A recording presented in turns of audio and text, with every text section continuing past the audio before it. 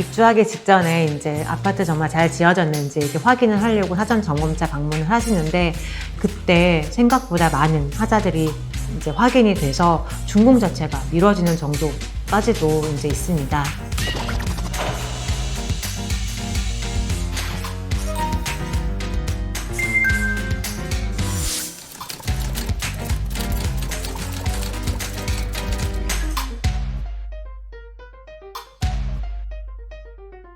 아파트 하자라고 하면 굉장히 오래된 아파트에만 발생할 것 같은데요. 요즘은 또 그렇지도 않습니다. 준공이 이제 앞두고 있는 아파트들의 경우에 입주 예정자 협의회라고 있어서요. 그 입주 예정자 분들이 이제 입주하기 직전에 이제 아파트 정말 잘 지어졌는지 이렇게 확인을 하려고 사전 점검차 방문을 하시는데, 그때 생각보다 많은 하자들이 이제 확인이 돼서 준공 자체가 미뤄지는 정도까지도 이제 있습니다. 새 아파트에 왜 이렇게 하자가 많은지에 대해서 이제 여러 이유들이 있을 텐데요. 어떤 이야기가 있냐면, 최근에 이제 인건비라든지 이런 문제들이 있다 보니까, 인력난이 있다 보니까 외국인 노동자들이 이제 건설 현장에 많이 투입되고, 그러다 보니까 아무래도 부실 공사가 굉장히 많이 진행되고 있다, 이런 이야기들도 있고요. 또 실제로 아파트를 지어지는 과정에 공사 기간을 좀 맞추거나 당기면 그만큼 또 시공사에게는 유리한 부분이 있기 때문에, 그런 공사 기간을 맞추다 보니까 근데 사실은 날씨나 이런 면에 있어서 좀 충분히 시간을 두고 공사를 해야 되는 부분이 좀 급하게 진행이 되다 보니까 또 부실 시공으로 이어지는 경우들이 많이 있습니다. 질문 주신 사항과 같이 아파트에 가장 많이 발생하고 또 입주민들이 가장 고통을 입는 부분들이 누수, 또 곰팡이, 엘리베이터 멈춤, 이런 하자들인데요. 이 하자들은 저희가 눈으로 확인할 수 없는 아파트 내부의 문제인 경우들이 굉장히 많습니다. 방수제, 단열재, 접착제, 이런 것들이 그 내부에서 제대로 이제 시공이 되지 않아서 발생하는 문제들인데요. 이러한 것들은 눈으로 확인되지 않다 보니까 실제 눈에 보이는 부분만 보수를 받는다고 하더라도 이제 근본적으로 내부의 보수를 받지 못하기 때문에, 한번 보수를 받았다 하더라도 또 재하자가 발생하거나 인접한 부분에 다시 또 다른 하자가 발생하거나, 이런 경우들이 상당히 많이 있습니다.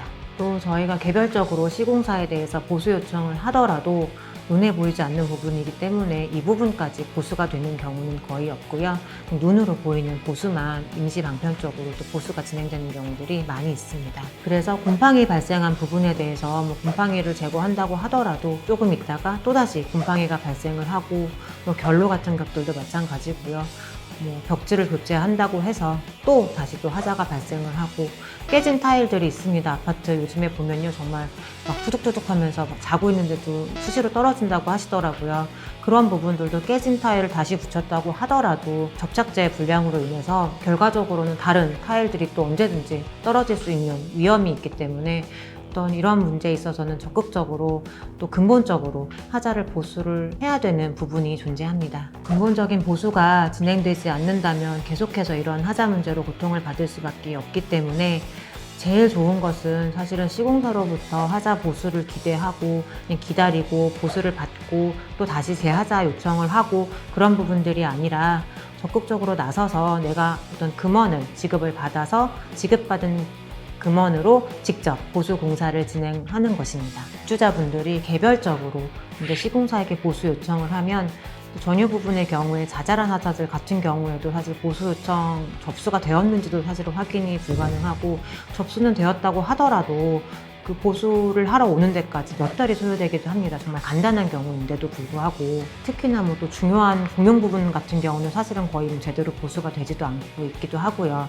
그래서 개별적인 입주자들이 이 부분에 대해서 대처하기는 시간이나 비용 면에 있어서 너무나 어렵기 때문에, 대부분은 아파트 입주자 대표 회의에서 이제 주도적으로 소유자분들의 채권 양도를 받아서 시공사 또는 시행사를 상대로 이제 하자 분쟁 같은 경우를 처리하는 절차를 진행하시게 됩니다. 무엇보다 초기 입주 아파트들의 경우에는 사실 입주자 대표 회의의 역할이 굉장히 큽니다. 저희가 이제 뭐든지 소송을 하던 손해배상을 청구하던 그 근거가 있어야 되는데요.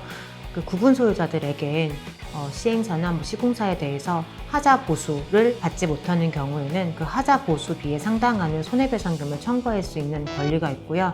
그러한 것들이 집합건물법에 규정이 되어 있습니다. 다만 집합건물법에 권리가 규정이 되어 있더라도 그 행사 기간이 2년으로 제한이 되어 있기 때문에, 입주자 대표 회의에서 2년 도과해서 저희가 권리 행사를 하지 않도록 그 안에 권리 행사할 수 있도록 적극적으로 대응하시는 것이 중요합니다.